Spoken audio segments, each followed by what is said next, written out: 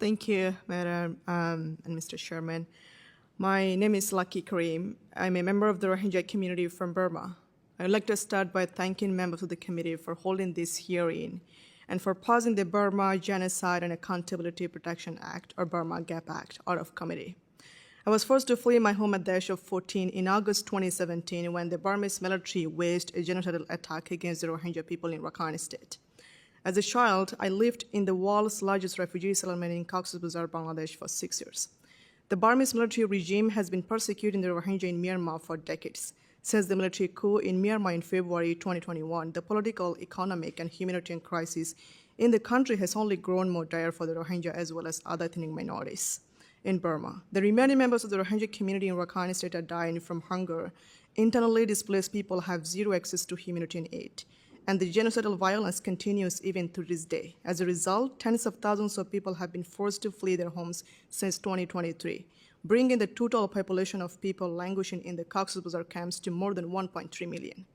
I only have 5 minutes for this testimony, but I could spend the entire day listing the abuses suffered by the other ethnic and religious groups in Burma. Not only Rohingya Muslim, but also Shang, Karen, Kachin, Moin, Karenni, Rakhine, Shin, Christian, Buddhist, and Hindu all across our diverse nation have endured years of persecution, war crimes, and indiscriminate violence by the Burmese military. All minorities have suffered and all need to be part of the democratization process. Despite the reality on the ground, Burma's military regime is planning a sham election next month. This election will never be free or fair. It is only the way for the military regime to seek international legitimacy. Our risky journeys out of Myanmar in pursuit of a better life did not start when the genocidal attacks against us began in 2017. People have been fleeing in persecution since at least the 1970s, forced to be refugees in neighboring countries like Bangladesh or elsewhere. I traveled back to Bangladesh refugee camps 2 times this year. When I was there in February, the World Food Program was preparing to announce cuts to food ration for refugees to go down from $12 to just $6 per month for each individual. This is a cut that would have had devastating consequences. Thankfully, the United States has stepped up to continue funding, but that funding will only last a few more months. Meanwhile, the closing of USAID and broader aid cuts have forced health clinics, learning centers, and other programs to close. People in Cox's Bazar camps are fully dependent on the food ration that they receive once a month because the majority of them have zero earnings. There are no livelihood opportunities for families in the camps. The government of Bangladesh, long a generous host to Rohingya refugees, has done much for my community. But expanding access to livelihood and education would do perhaps more than any other policy to ensure a safe and sustainable future for the Rohingya community in our homeland. Most urgently, too many of our people continue to die due to violence and hunger. The international community and the US government must act now to pressure the Myanmar military to stop its attacks and to allow aid into Rakhine and other areas across the country, facing high levels of food insecurity as we consider the future for my community. Repatriation to our ancestral homeland is the ultimate solution. It has been said before by myself and many other Rohingya, but bears repeating, we the Rohingya community want to go back to our homeland in Rakhine State when it is safe to do so.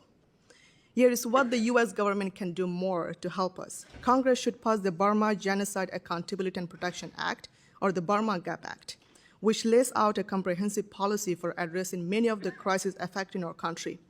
It would support refugees and internally displaced people. It would address the need for accountability for genocide and crimes against humanity by the Burmese military. It would also promote long-term solutions for the Rohingya, such as citizenship rights, safe and voluntarily return to Burma, inclusion in a future federal democratic system. The bill also authorized the creation of a US special representative for Burma and calls on the administration to refuse to recognize the Burmese military as the country's legitimate government. This is so important ahead of the sham elections scheduled for next month.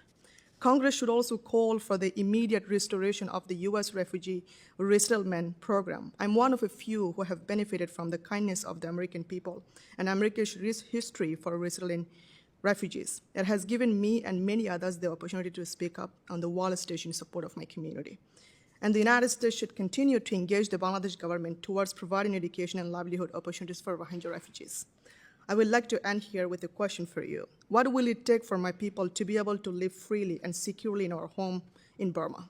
And when the future generation of Rohingya look back, will they still be asking the same question, or will they be home at last, asking simply what took so long?